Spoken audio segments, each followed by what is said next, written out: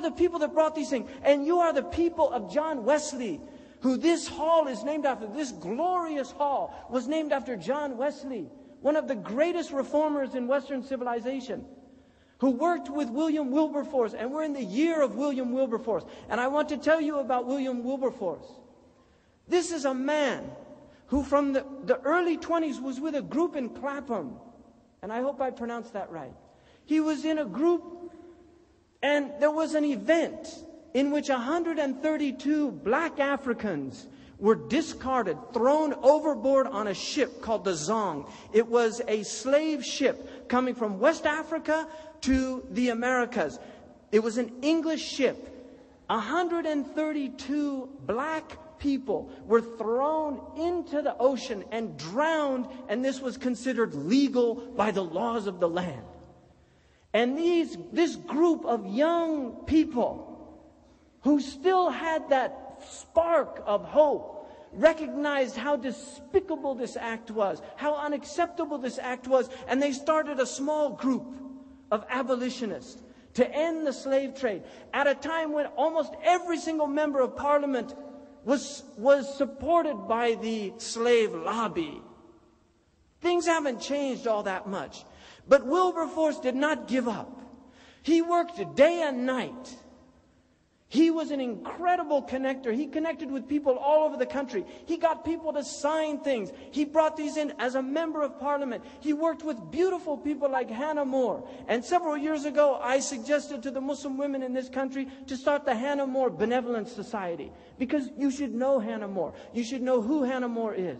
She's a beautiful English woman. She was stunningly beautiful in her looks. When she came to London, she took everybody by storm. She was a playwright. She was a literary figure. She was a poetess. She was all of these things. But in the end, she had a spiritual conversion. And she became one of the staunchest anti-slavery spokespeople in this country. She started night schooling. This is one of her great contributions. This is England to me. England is not the tyranny of Ireland. That's the worst of human nature that you find in every civilization. That's not England to me. England to me is these incredible ideals embodied by people like Florence Nightingale.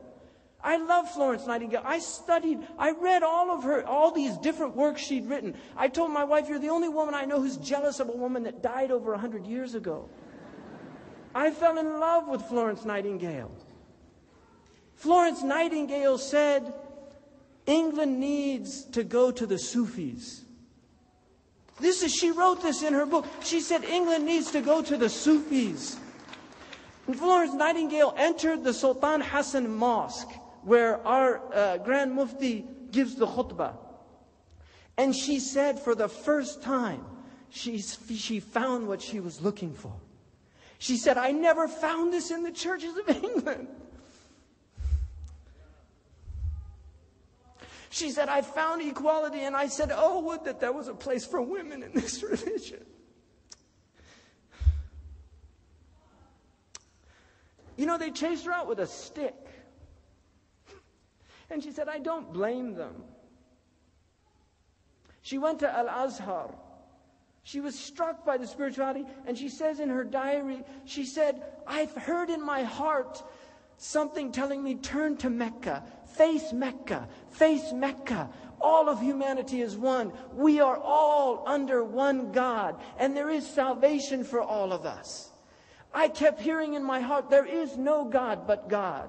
Believe in the one true God. She was a Unitarian. She was not a Trinitarian. This is Florence Nightingale, one of the great icons of the British people. And she saw the beauty of Islam. This is a woman who was given a qilada, this extraordinary medal by the Sultan Abdul Majid of the Ottoman Empire, because she came and served the Turkish soldiers that were victims of the Crimean War, as well as she served the British soldiers, because she didn't differentiate between people. This is England to me. This is the England I want to see. This is the England I want to remind these people of who they are. They've forgotten who they are. These are the people of the great reforms of Western civilization, and we, of all people, should be reminding them. We share these things with you. You've forgotten who you are like we've forgotten who we are. This is the age of senility. We're all in spiritual dementia. Really, we're in spiritual dementia. This is the old age, the dotage of humanity. And we need reminders. We've got collective Alzheimer's disease. And some of us has sometimer's disease. We forget and then we remember. This is England to me. And it flows in my blood. I have ancestors from this land. This is my qawm. Ya qawmi. This is what every prophet said to his people. Oh, my people. They weren't following his way. They were fighting him. They were opposing him. Ya qawmi. Inni Rasulullah ilaykum. Ya qawmi ma biya safaha. No, I'm not stupid. He didn't say, but antum sufaha. Antum kuffar. Antum aghbiya. Antum hamqa. Ala taroni. He didn't say that. He said, ma biya sifaha. No, you're wrong. I want good for you. In uridu illa islaha. Mastatat. I just want to help as much as I'm able to. This is our teaching, to go out and to engage these people. And I want to end, because it's been a long night, and you have somebody. I was on an airplane, and this man came up to me. He said, brother, I love your work. And I was like, mashallah, thank you so much. He said, no, really, it's just so amazing what you did, and it was incredible, and this. But let me ask you one question. I said, sure. He said, why'd you give up singing?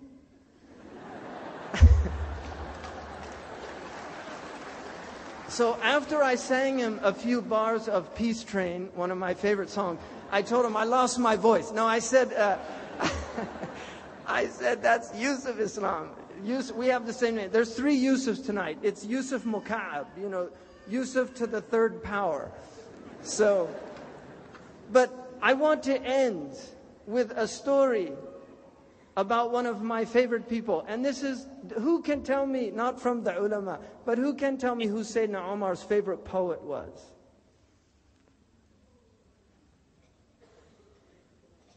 People say, Sayyidina Umar liked poetry?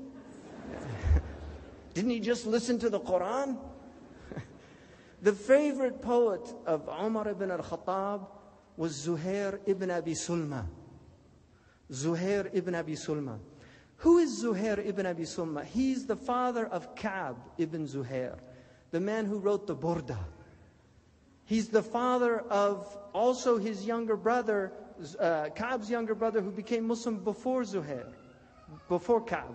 Zuhair did not meet the Prophet. He died 1 year before. But I want to tell you a little bit about why Zuhair wrote his Mu'alaqa, and then I'm done. And I want to use this as a metaphor for what we need to do. There is a war, the Arabs call something Ayyam al-Arab. Ayyam al-Arab are the days of the Arabs. That's why Allah changed Ayyam al-Arab to Ayyamillah. وَذَكِّرْهُمْ بِأَيَّامِ Because the Arabs had their days, Allah has His days. The days of the Arabs were momentous things that happened to them. They say, Ash-shi'ru diwan al-Arab. They used to write their history in their poetry. There was a war called Harbu Dahis. Harbu Dahis, you know who Dahis is? It's amazing we know his name. Dahis was a horse. It's called the War of Dahis the horse. And Dahis was owned by a man who was Zuhair ibn Qais al-Absi. He owned a horse called Dahis. He had a friend who was from the Dhibyan tribe, Hudayfa bin Malik. He had a horse called Ghabra. Now, Hudayfa was very jealous of Dahis, the horse of Zuhair. So he asked him to race.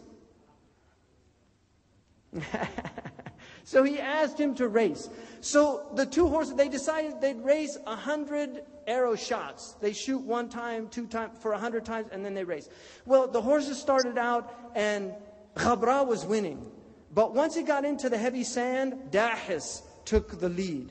Well, there was a group of Dhibyanites who were hiding in ambush, and they ambushed Dahis and stopped him from winning the race, so Ghabra won.